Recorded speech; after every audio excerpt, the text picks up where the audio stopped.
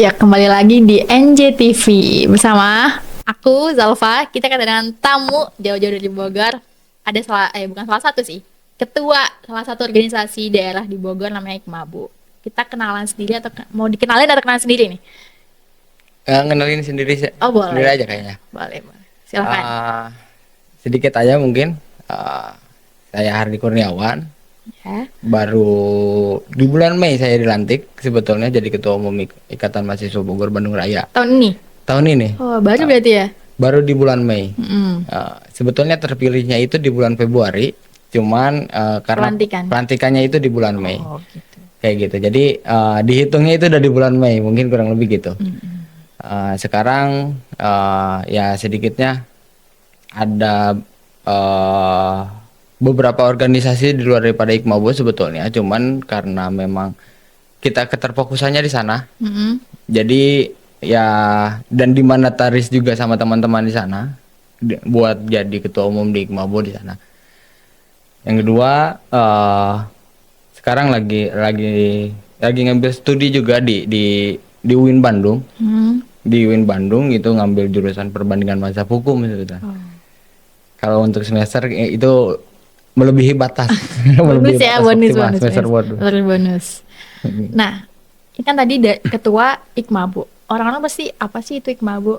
Bisa dijelasin nggak Ikmabu itu apa? Organisasi apa? Jadi Ikmabo ini tempat wadahnya orang-orang Bogor yang mahasiswa Bogor sebetulnya yang berkuliah di sana di Di Sebandung Raya. Oh, Bandung. Di Bandung Raya sebetulnya di sana. Nah, Ikmabo ini udah berdiri dari tahun 1960. Oh, lama juga ya? 1960 awalnya bukan Ikmabo sebetulnya, Apa tuh? tapi CIMB, Korp Jangan. Ikatan Mahasiswa Bogor. Oh.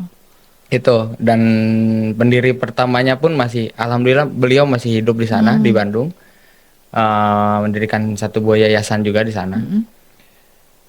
Baru di tahun 2003 baru penggantian nama di sana. Jadi Ikmabu. Ikmabo, karena kan awalnya itu lokalitasnya hanya UIN. Mm-mm. Lokalitasnya hanya UIN, dan sekarang itu udah di 8 universitas di bawah naungan Ikmabo. Jadi ada pergantian nama lah di sana. Mm-mm. Jadinya ditambahin Ikatan Mahasiswa Bogor Bandung Raya. Kenapa hanya Ikmabonya aja? Karena Koop sama ikatan itu sama lah artinya. Iya, iya. Kayak gitu. Jadi di Ikmabo Bandung Raya di tahun 2003. Sampai hari ini ya mungkin beberapa tahun ke belakang sempat vakum juga Ikmabo ini, karena sebetulnya ngomongin satu buah organisasi itu kan kita bagaimana caranya organisasi ini tetap bisa berkembang, Iya. tetap eksis kayak gitu kan. Sampai orang-orang di luar Bogor pun bisa mau menerima apa itu Ikmabo kan gitu. Jadi mungkin ada beberapa kendala, makanya sempat vakum di sana. Muncul lagi di 2007. Bukan muncul ya, baru dikembangkan lagi kurang lebih gitu. Ya kayak on lagi lah ya. Ya, on lagi. Dia punya spirit lagi lah, spirit berorganisasi lagi di 2007. Sampai sekarang alhamdulillah Ikmabo ini tetap terus berkembang. Sampai kemarin pun kita mau mengadakan satu buah agenda perekrutan. Di sana MSMB namanya, Masa Silaturahim Mahasiswa Bogor. Gitu. Jadi orang-orang sebetulnya nggak semua orang Bogor itu masuk ke Ikmabo, cuman ada perekrutan di sana. Ada perekrutan di sana. Gimana caranya teman-teman dari Ikmabo sendiri, pengurus sampai ke anggota yang lain bisa menarik simpati daripada mahasiswa Bogor yang lain kayak gitu. Jadi mau di penerimaan anggota baru di sana, Masa Silaturahim Mahasiswa Bogor namanya kalau di Ikmabo. Karena kan untuk perekrutan anggota baru kan ya masing-masing daripada lokalitas organisasinya kan beda-beda. Nah, kalau di Ikmabo ini Masa Silaturahim Mahasiswa Bogor itu tingkat awal atau gerbang awal mungkin ya bisa kita sebut buat dia bisa terlibat aktif di ruang-ruang Ikmabo, kurang lebih kayak gitu. Hari ini Ikmabo sendiri di kepengurusan saya itu ada 400 anggota kurang lebih dari 8 universitas. Jadi emang Banyak juga. selebihnya di luar daripada UIN itu kita pakai koordinator. Jadi tiap Tiap. tadi 8 itu tuh beda koordinatornya gitu. Beda koordinatornya, karena kan kalau kita harus membuat satu buah agenda atau mingguan gitu ya, mingguannya kalau misalkan dari 8 universitas itu disatukan, itu makan waktu lama gitu Iya sih benar. buat di satu ruang yang Mm-mm. sama. Makanya dibuat koordinator dan udah ditetapkan juga di peraturan organisasi, di kitab ADRT-nya Iya. itu buat jadi koordinator itu seminimalnya 10 orang dari setiap universitasnya. Gitu. Kurang lebih kayak gitu.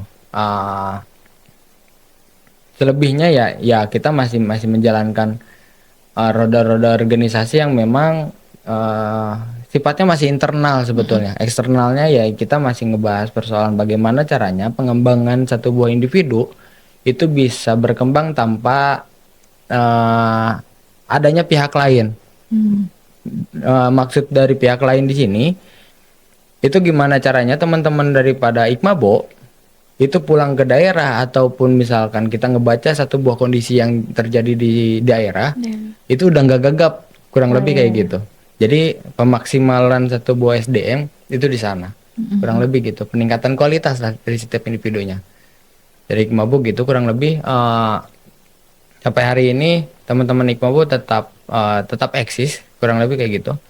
Teman-teman Ikmabo tetap eksis di ruang-ruang internal Mm-mm. khususnya ataupun ruang-ruang eksternal, karena di Bandung Raya sendiri orang-orang sebetulnya di luar daripada mahasiswa Bogor udah tahu betul Ikmabo apa itu. itu Ikmabo, karena kan emang selalu selalu berdiri mungkin kayak gitu. Iya. Kaderisasinya selalu masif, kurang lebih kayak gitu. Kalau agenda-agenda ya buat agenda-agenda Ikmabo sendiri itu lebih ke keterfokusannya bagaimana ke ruang lingkup sosial sebetulnya, ke Mm. masyarakat. Gimana caranya pengembangan diri ke masyarakat dan sebagainya. Karena kan mau nggak mau ada satu wadah yang dimana itu jadi tempat tempat buat pengabdian kita. Kalau misalkan kita ngelihat dari dharma daripada perguruan tinggi itu kan ada tiga, ada pembelajaran, penelitian, sampai pengabdian. Ya seminimalnya dari pembelajaran dan penelitian ini kita adakan di ruang-ruang Iya. universitas, Iya kampus. di kampus, dan Pengabdiannya balik pengabdiannya ke Bogor masyarakat ke gitu masyarakat. ya. Itu kurang lebih kayak gitulah, mungkin kita ngebahas soal Ikmabonya kayak gitu Oke. mungkin. Jadi itu tadi sekilas dari Ikmabo ya. Iya. Nah, apa ngomong-ngomongin soal organisasi, kira-kira pentingnya organisasi itu apa sih menurut Hardi sebagai ketua organisasi? Sebetulnya sangat-sangat penting ya, sangat-sangat penting. Pertama, eh kayaknya kalau misalkan kita melihat satu buah pengetahuan yang dihadirkan dari setiap kampusnya, Mm-mm. itu kurang lebih cuma 30%, kurang lebih kan kayak gitu. Mm-mm. Cuma 30% yang dihadirkan dari ruang-ruang kampus. Selebihnya 70%, gimana caranya teman-teman itu bisa mengekspresikan diri kan gitu. Benar-benar. Pengetahuan dan sebagainya di ruang-ruang yang lain. Makanya organisasi ini jadi tempat seminimalnya 50% itu jadi tempat wadahnya mengekspresikan dirinya sebagai mahasiswa, kurang lebih gitu. Iya. Jadi tempat wadahnya di sana. Kayak gitulah.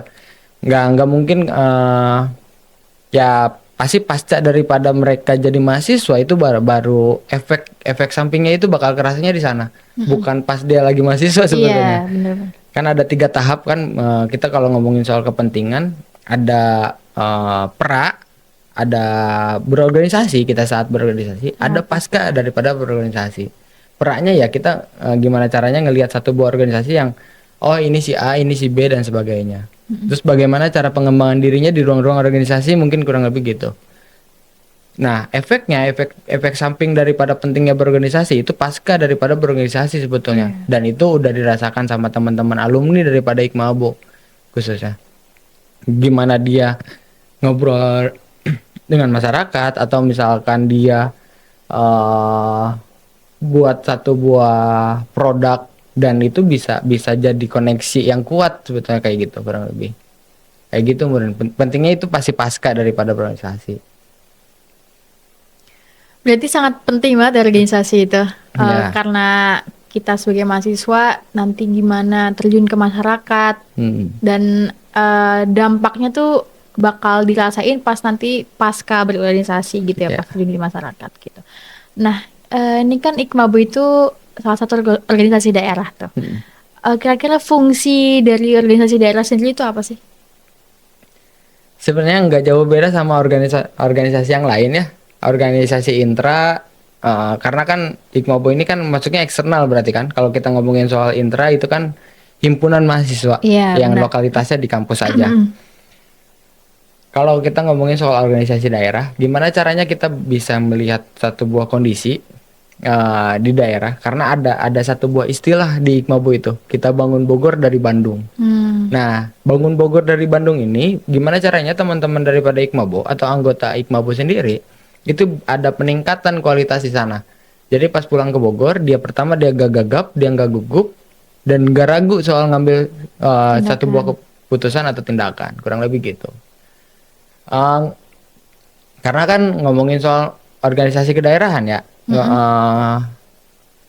nggak banyak orang yang tertarik sebetulnya. Kalau kita ngomongin soal Hikmabo ini A, Hikmabo ini B, Hikmabo ini C, pasti ada daya jual beli di sana, ya kan? Sama aja kita satu buah perekrutan atau misalkan kita mau menawarkan, ini ada organisasi A, dia bisa menawarkan A, B, C, D, dan D. Begitupun dengan ngomongin persoalan organisasi kedaerahan. Ini kan kurang lebih gimana caranya teman-teman daripada keanggotaan sendiri itu ngomongin soal kedaerahan itu udah sampai sejauh mana ngomongin soal kedaerahan. Kan kurang lebih kayak gitu. Ngomongin kedaerahan bukan cuman soal kebijakannya aja, tapi gimana program-program yang dihadirkan atau memang ada hal yang memang yang harus ditindak aksikan kan kayak gitu kurang lebih.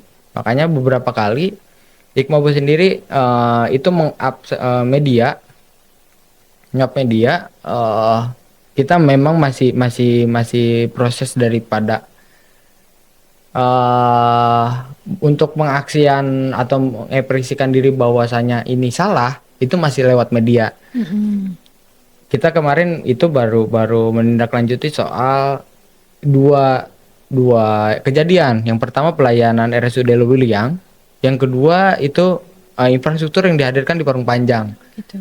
Kayak gitu mungkin kurang lebih. Jadi ya gimana caranya teman-teman pulang ke Bogor itu nggak bingung kurang lebih kan kayak gitu. Iya, bisa Jadi lah ya tahu gitu ya, kira-kira apa yang mau dilakuin nih pas di masyarakat gitu. ya kurang lebih kayak gitu. Bisa ada sumbangsihnya nggak sih di masyarakat gitu nggak sih?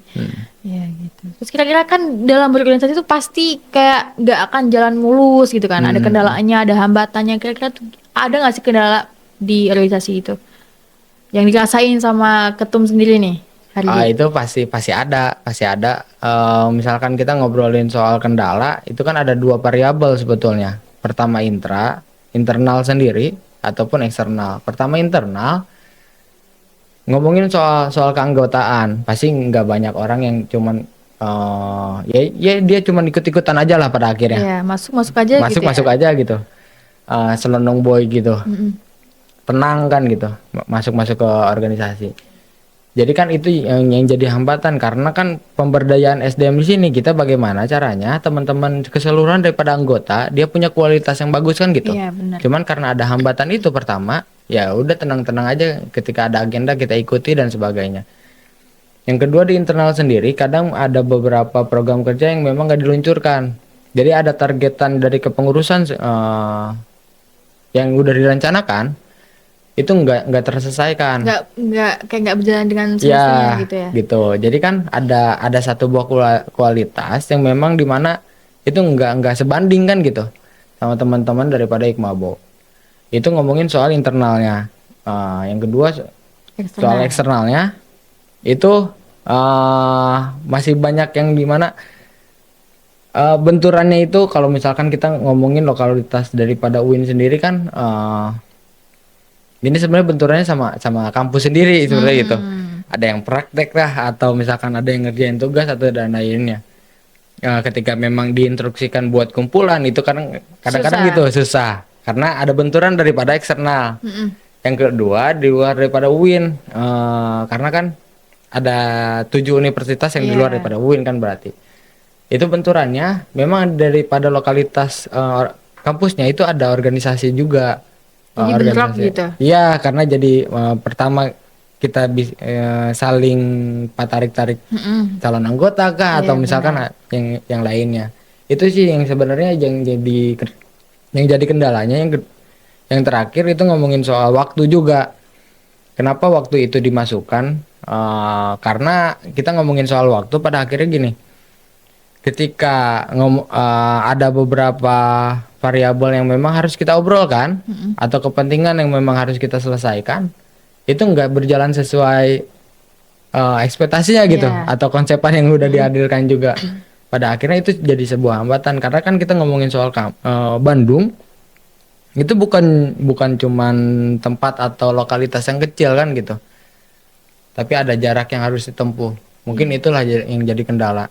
Selebihnya ya kesadaran dari setiap individunya yang masih masih kurang Kurang. dari setiap anggotanya. Dari kendala-kendala ini kira-kira udah ada solusinya belum tuh buat mecahin itu gimana? Nah, makanya dari luar setiap lokalitas kampusnya itu dibuat koordinator buat ngomongin soal waktu. Dibuat koordinator, pertama dia bisa menjalankan program-program kerja itu di ruang lingkup kampusnya. Jadi Contohnya, per tadi kan ada 7 atau 8 tuh. ya Nah, per 8. 8 itu tuh ada koordinator, ada proker yang memang harus diselesaikan di situ Ya, gitu. jadi kan ada program kerja yang memang sifatnya informal, yang itu dilaksanakan di ruang-ruang kampusnya sendiri. Oh, Itu gitu. dilaksanakan sama setiap koordinatornya. Oh, iya ya, paham. Ya, gitu. Nah, ada juga non formal. Informal kan kita ya ruang-ruang ngopi, ruang-ruang ngobrol kan di sana gitu. Non formalnya kan gimana caranya teman-teman bisa punya kualitas yang lebih bagus kan gitu dibanding mahasiswa yang nggak ikut berorganisasi kan kayak gitu. Iya. Makanya dibuat satu buah koordinator di sana, dia bisa mengembangkan kualitasnya sendiri nanti di sana. Nah, selebihnya itu dikumpulkan semua mahasiswanya dan kita bisa lihat kualitas mana yang lebih baik kan gitu. Bukannya dipertandingkan, tapi kita bisa bisa bisa nilai pada akhirnya. Oh, orang-orang ini yang memang itu konsentrasi buat kualitas dirinya itu di mana. Nah, pada akhirnya pembagian lokalitasnya enak karena Iya. dari kepengurusan gini. Ada pembagian lokalitas juga nanti di sana. Teman-teman yang konsen di olahraga, teman-teman yang konsen di A, teman-teman konsen di B, C dan selanjutnya. Ya itu dikonsenkan juga gitu pada akhirnya. Jadi sesuai dengan harapan juga. Cuman ya eh, hambatan yang dihadirkan atau upaya-upaya yang udah dihadirkan ya belum 100% semaksimal mungkin lah gitu. Iya. Masih ada beberapa hambatan juga.